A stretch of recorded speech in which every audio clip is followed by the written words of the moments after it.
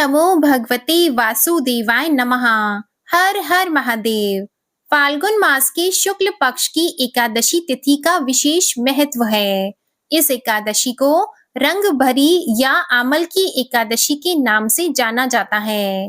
रंग भरी या आमल की एकादशी महाशिवरात्रि और होली के बीच में आती है। रंग भरी एकादशी के दिन भगवान श्री विष्णु के साथ साथ देवों के देव महादेव और माता पार्वती जी की भी पूजा अर्चना की जाती है। आज के दिन काशी विश्वनाथ मंदिर में भगवान शिव और देवी गौरी की विशेष पूजा की जाती है और इस दिन भगवान विष्णु और आंवले के पेड़ की भी पूजा की जाती है। आमल की अर्थात आंवले का ही एक नाम आमल की होने के कारण इस एकादशी का नाम आमल की एकादशी है। काशी में तो रंगों का त्योहार होली रंग भरी एकादशी के दिन से ही शुरू हो जाता है और लगातार 6 दिनों तक चलता है। मान्यता है कि इसी दिन भगवान गौना कराने के बाद पहली बार माँ गौरा को काशी लेकर आए थे। ऐसे में महादेव के भक्तों ने माँ पार्वती का रंग बिरंगे फूलों से स्वागत किया और उन पर रंग बिरंगी फूलों की वर्षा की। इसके साथ ही अबीर और गुलाल उड़ाया, इसलिए इसे रंग भरी एकादशी के नाम से भी जाना जाता है। पद्म पुराण के अनुसार इस दिन भगवान विष्णु माँ लक्ष्मी जी के साथ साथ आंवले के वृक्ष की पूजा का भी खास विधान है, क्योंकि इसी दिन सृष्टि के आरंभ में सबसे पहले आंवले के वृक्ष की उत्पत्ति हुई थी।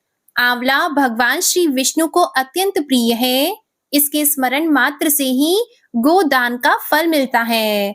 स्पर्श करने से 2 गुना और आंवले का फल खाने से 3 गुना फल की प्राप्ति होती है।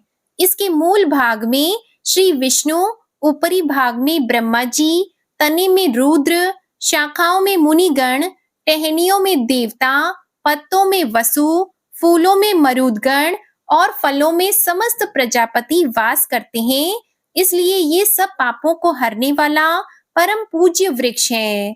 इस दिन आंवले के पेड़ के नीचे बैठकर नारायण भगवान की पूजा करने या मंत्र का जाप करने से 1000 गौदान के समान पुण्य की प्राप्ति होती है। इस बार फाल्गुन मास के शुक्ल पक्ष की एकादशी तिथि प्रारंभ होगी 9 मार्च दिन रविवार को सुबह 7:45 पर और एकादशी तिथि की समाप्ति होगी 10 मार्च दिन सोमवार को सुबह 7:44 पर। ऐसे में उदया तिथि की मान्यता के अनुसार इस साल आमल की एकादशी या आंवला एकादशी का व्रत 10 मार्च सोमवार को रखा जाएगा। एकादशी से एक दिन पहले रविवार को दशमी तिथि के नियमों का पालन किया जाएगा।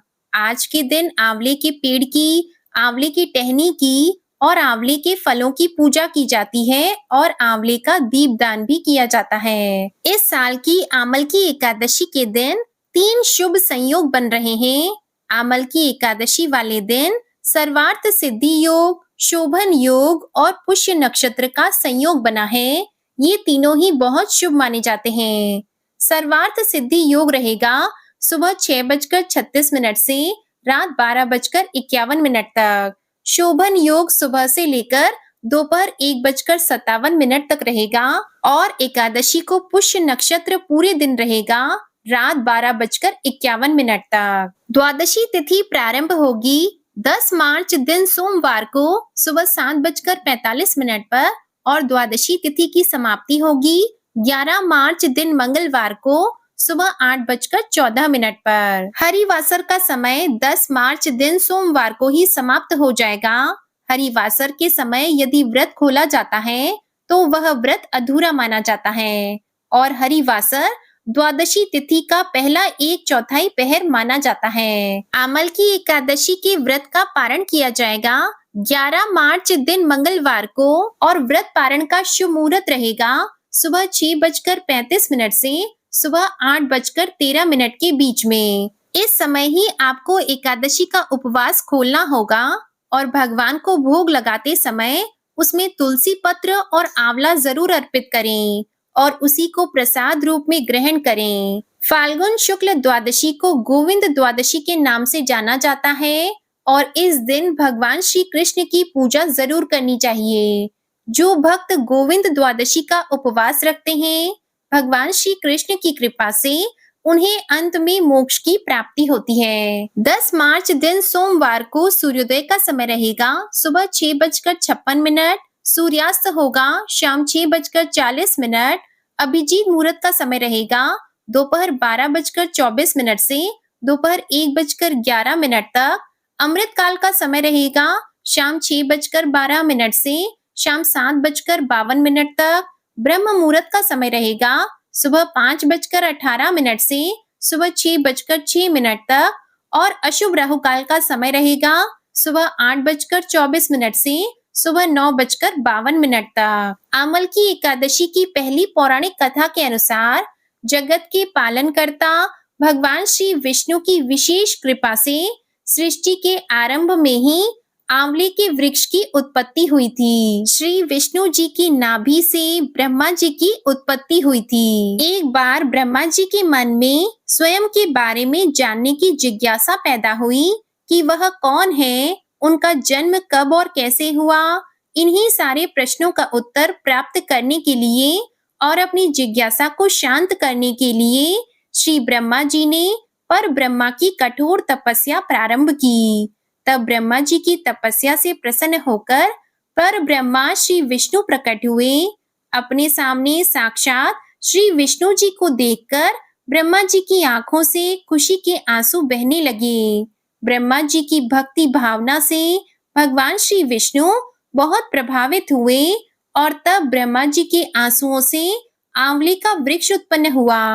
तब श्री विष्णु जी ने ब्रह्मा जी से कहा कि आपके आंसुओं से उत्पन्न आंवले का वृक्ष और आंवला मुझे अत्यंत प्रिय रहेगा और आमल की एकादशी के दिन आंवले के वृक्ष की जो भी व्यक्ति पूजा करेगा उसके सारे पाप नष्ट हो जाएंगे और उसे अंत में वैकुंठ धाम की प्राप्ति होगी। दूसरी पौराणिक कथा के अनुसार धर्मराज युधिष्ठिर ने भगवान श्री कृष्ण से कहा कि हे मधुसूदन, आप मुझे फाल्गुन मास के शुक्ल पक्ष की एकादशी का नाम और महात्म्य बताने की कृपा कीजिए। तब भगवान श्री कृष्ण मुस्कुराते हुए कहने लगे, हे महाभाग धर्मनंदन, फाल्गुन मास के शुक्ल पक्ष की एकादशी का नाम आमलकी है। इसका पवित्र व्रत श्री विष्णु लोक की प्राप्ति कराने वाला है। एक समय राजा मानधाता ने भी महात्मा वशिष्ठ जी से इसी प्रकार का प्रश्न पूछा था, जिसके उत्तर में मुनि ने एक पौराणिक कथा सुनाई। इस पौराणिक कथा के अनुसार अति प्राचीन समय में चित्रसेन नाम का एक राजा था। राजा चित्रसेन बहुत ही धार्मिक प्रवृत्ति का और न्यायप्रिय था। वह भगवान विष्णु का भी परम भक्त था। राजा नियम से भगवान विष्णु का व्रत और पूजन किया करता था और आमल की एकादशी का व्रत भी श्रद्धा और निष्ठा से रखा करता था। उसके राज्य में भी सभी लोग राजा का ही अनुसरण करते हुए एकादशी का व्रत और पूजन किया करते थे। एकादशी व्रत के प्रभाव से राजा के राज्य में चारों ओर खुशहाली थी। किसी को किसी प्रकार का कोई दुख या भय नहीं था। एक बार राजा अपने सहयोगियों के साथ वन में शिकार करने के लिए निकला। शिकार का पीछा करते करते राजा जंगल में बहुत दूर निकल गया और रास्ता भटक गया। तभी अचानक राजा चित्रसेन पर बहुत से म्लेच्छों ने आक्रमण कर दिया। अचानक हुए इस आक्रमण से राजा हैरान रह गए। उन्होंने डटकर उन म्लेच्छों का सामना किया, परंतु राजा अकेले थे और म्लेच्छों की संख्या बहुत अधिक थी। उनसे युद्ध करते करते राजा थक गया और अचेत होकर गिर पड़ा। म्लेच्छों को लगा कि उन्होंने राजा चित्रसेन का वध कर दिया है, किंतु यह उनकी भूल थी। जब वे राजा की ओर बढ़े, तभी राजा के शरीर से एक दिव्य ज्योति प्रकट हुई और उसने पलक झपकते ही सभी म्लेच्छों को मौत के घाट उतार दिया। म्लेच्छों से राजा की रक्षा करने के बाद वह दिव्य ज्योति पुनः राजा चित्रसेन के शरीर में ही समाहित हो गई। कुछ समय के बाद जब राजा चित्रसेन को होश आया, तब उन्होंने देखा कि उन पर आक्रमण करने वाले सभी म्लेच्छ यमलोक पहुंच गए हैं। तब उन्हें बड़ा आश्चर्य हुआ। राजा के मन में प्रश्न आया कि उसकी रक्षा किसने की और इन म्लेच्छ को किसने मारा। तभी एक आकाशवाणी हुई कि हे राजा चित्रसेन, तुम एक सच्चे भगवान विष्णु के भक्त हो। तुम्हारे आमल की एकादशी व्रत के प्रभाव से तुम्हारी रक्षा करने के लिए ही तुम्हारे ही शरीर से वैष्णवी शक्ति प्रकट हुई और उसी ने इन सभी म्लेच्छों का संहार कर दिया। तब राजा ने पूछा, हे देव, मुझे बचाने वाली वह वैष्णवी शक्ति अब कहाँ है? मैं उनका आभार प्रकट करना चाहता हूँ। तब राजा को उत्तर मिला कि हे राजन, वह वैष्णवी शक्ति तुम्हारे ही शरीर से प्रकट हुई थी। अब वह पुनः तुम्हारे ही शरीर में विलय हो गई है। तब राजा प्रसन्नता से वापस अपने राज्य को लौट कर आया और उसके बाद उसने पूरे राज्य में घोषणा करा दी कि हर कोई आमल की एकादशी का व्रत विधि विधान से करे और इस दिन भगवान विष्णु का पूजन और रात्रि जागरण भी करें। इस व्रत के प्रभाव से भक्तों के सभी दुख दूर हो जाते हैं, उनके शत्रुओं से उनकी रक्षा होती है। संपूर्ण तीर्थों के दर्शन से जो पुण्य प्राप्त होता है और सभी प्रकार के दान देने से जो फल मिलता है, वह सब आमल की एकादशी का उपवास करके द्वादशी तिथि को आंवले का दान देने से बड़ी ही आसानी से प्राप्त हो जाता है। ये थी आज की वीडियो। उम्मीद है जानकारी आपको पसंद आई होगी। अगर वीडियो अच्छी लगी हो तो लाइक करके, हो सके तो कमेंट बॉक्स में जरूर बताइएगा और चैनल पर नए हैं तो हमारे चैनल को सब्सक्राइब जरूर कीजिएगा। जय श्री राधे कृष्णा।